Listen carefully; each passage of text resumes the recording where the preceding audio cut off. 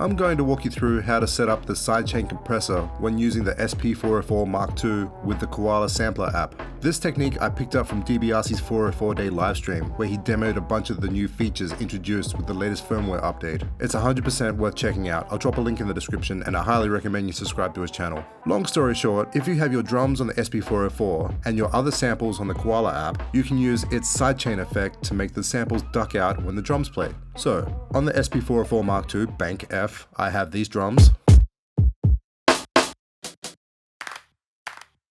which I've made into a 1-bar pattern.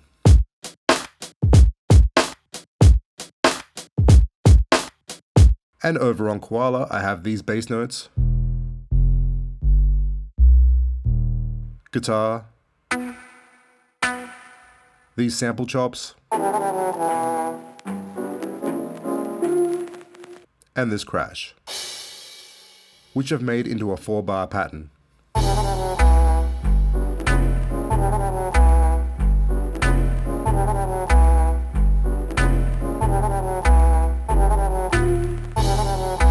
If you've checked out my latest EP, Watch Pots Never Boil 5, you may recognize this beat that I'm working on today. Righto, first things first, here's a couple of settings you may want to check out before you start. Over in Koala's audio setting, ensure input is set to SP-404 MK2 in. This allows us to tell the sidechain effect to use the 404's audio to trigger its compressor.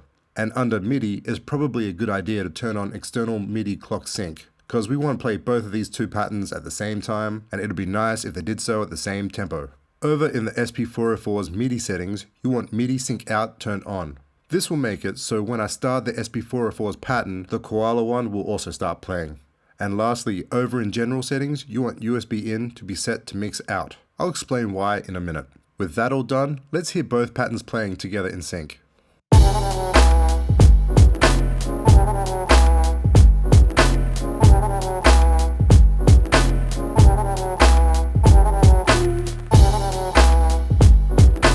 Okay, sidechain time. On the Koala app, head on over to the Perform screen and pull up the mixer.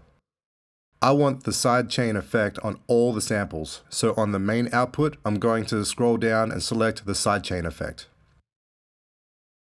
The first thing we need to change here is the source, aka what is triggering the compressor, and set that to mic opposed to one of the other buses.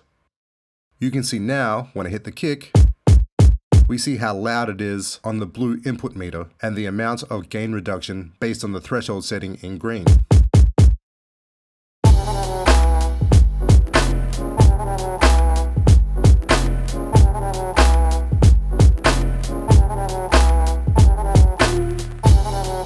That's pretty subtle. Let's tweak it to make it more extreme as an example. First, threshold.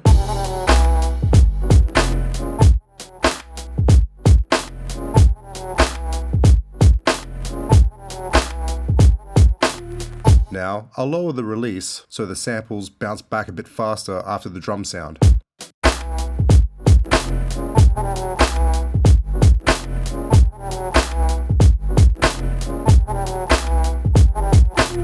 And lastly, you may want to boost the output to get the mix right again.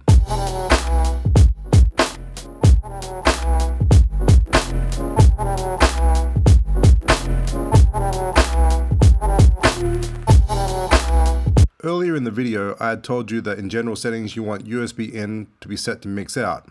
If we set this back to line in and press play,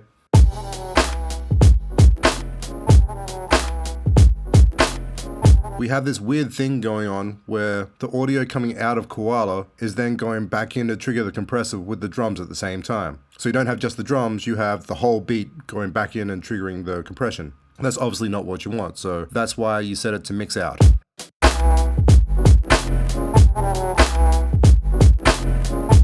And this is just scratching the surface of what can be done with this technique. So I could have, say, the bass being sent to bus A, the samples being sent to bus B, and I could have them both with their individual sidechain compressors working differently. So I could have the bass just slightly ducking out, but have the sample then really heavily being crushed. Anyway, that's about all there is to that. And as always, thanks heaps for watching my stuff. And if you've been listening to my latest EP, Watch Pots Never Boil 5, thank you very much. It's very much appreciated. I hope you dig it. Alright, take it easy fam. Laters.